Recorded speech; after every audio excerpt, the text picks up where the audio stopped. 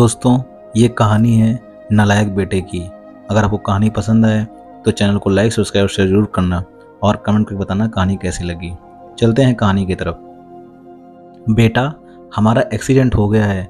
मुझे ज़्यादा चोट नहीं आई, पर तेरी माँ की हालत गंभीर है। कुछ पैसों की ज़रूरत है और तेरी माँ को खून चढ़ाना है।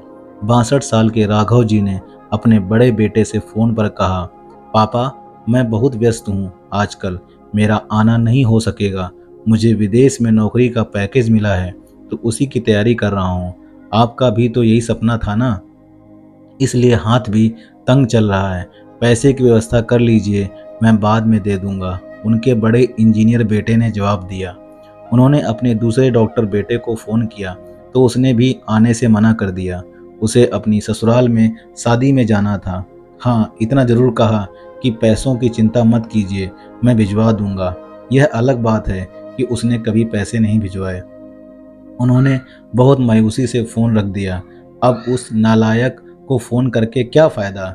जब ये दो लायक बेटे कुछ नहीं कर रहे तो वो नालायक क्या कर लेगा? उन्होंने सोचा और बोझिल कदमों से अस्पताल में पत्नी के पास पहुँचे और कुर्सी पर ढेर हो गए। पुरानी बातें याद आने लगी। राघव राय जी स्कूल में शिक्षक थे। उनके 3 बेटे और एक बेटी थी। बड़ा इंजीनियर और मझला डॉक्टर था। दोनों की शादी बड़े घराने में हुई थी। दोनों अपनी पत्नियों के साथ अलग अलग शहरों में रहते थे। बेटी की शादी भी उन्होंने खूब धूमधाम से की थी। सबसे छोटा बेटा पढ़ाई में ध्यान नहीं लगा पाया था। 11वीं के बाद उसने पढ़ाई छोड़ दी और घर में ही रहने लगा। कहता था, मुझे नौकरी नहीं करनी, अपने माता पिता की सेवा करनी है। पर मास्टर साहब उससे बहुत नाराज रहते थे। उन्होंने उसका नाम नालायक रख दिया था।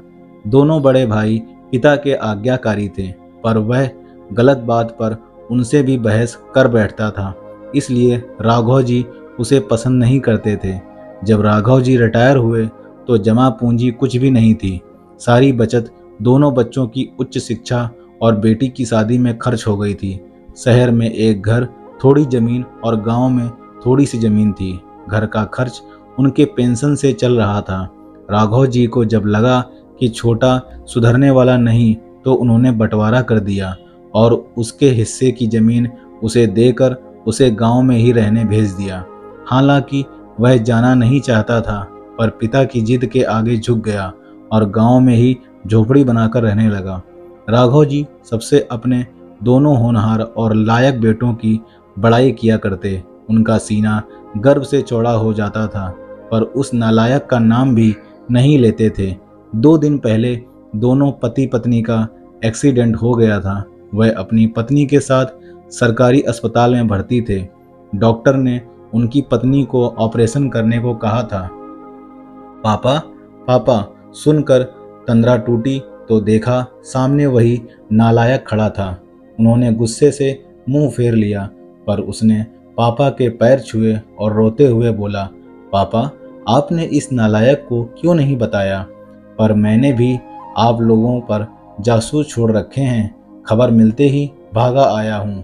पापा के विरोध के बावजूद उसने उनको एक बड़े अस्पताल में भर्ती कराया, माँ का ऑपरेशन कराया, अपना खून दिया, दिन रात उनकी सेवा में लगा रहता कि एक दिन वह गायब हो गया।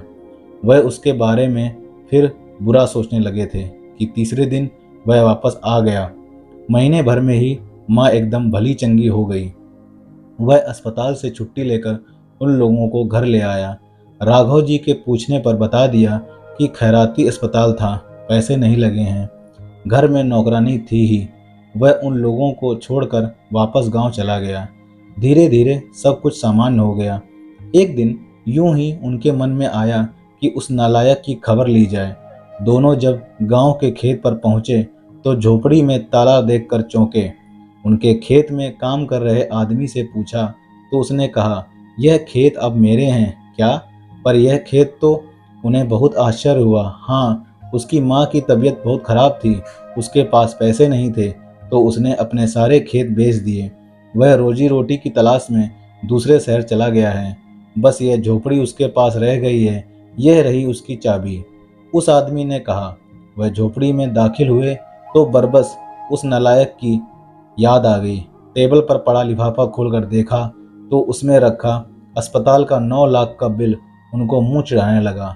उन्होंने अपनी पत्नी से कहा, सुमन, तुम्हारा बेटा नालायक तो था ही, झूठा भी है। अचानक उनकी आंखों से आंसू गिरने लगे और वह जोर से चिल्लाए, तू कहाँ चला गया नालायक, अपने पापा को छोड़कर? एक बार वापस आ जा, फिर मैं तुझे कहीं नहीं जाने दूंगा। उनकी पत्नी के आंसू भी बहे जा रहे थे और राघव जी को इंतजार था अपने नालायक बेटे को अपने गले से लगाने का। सचमुच बहुत नालायक था वो। ये पोस्ट पढ़ते वक्त अगर आंखें नम हुई हों तो समझो हमारे अंदर भी एक नालायक है। बेटा हो तो ऐसा, वरना ना हो। तो दोस्तों, ऐसे नालायक बेटे सबके घर पे होने चाहिए। कहानी पसंद आई हो तो चैनल को लाइक ज़रूर कर दीजिएगा, सब्सक्राइब कर दीजिएगा, शेयर कर दीजिएगा और बेल आइकन को पक्का दबा दीजिएगा ताकि आपको मेरी सारी कहानी सबसे पहले मिले। मिलते हैं अगली ऐसी सच्ची कहानी। तब तक के लिए जय हिंद, जय भारत।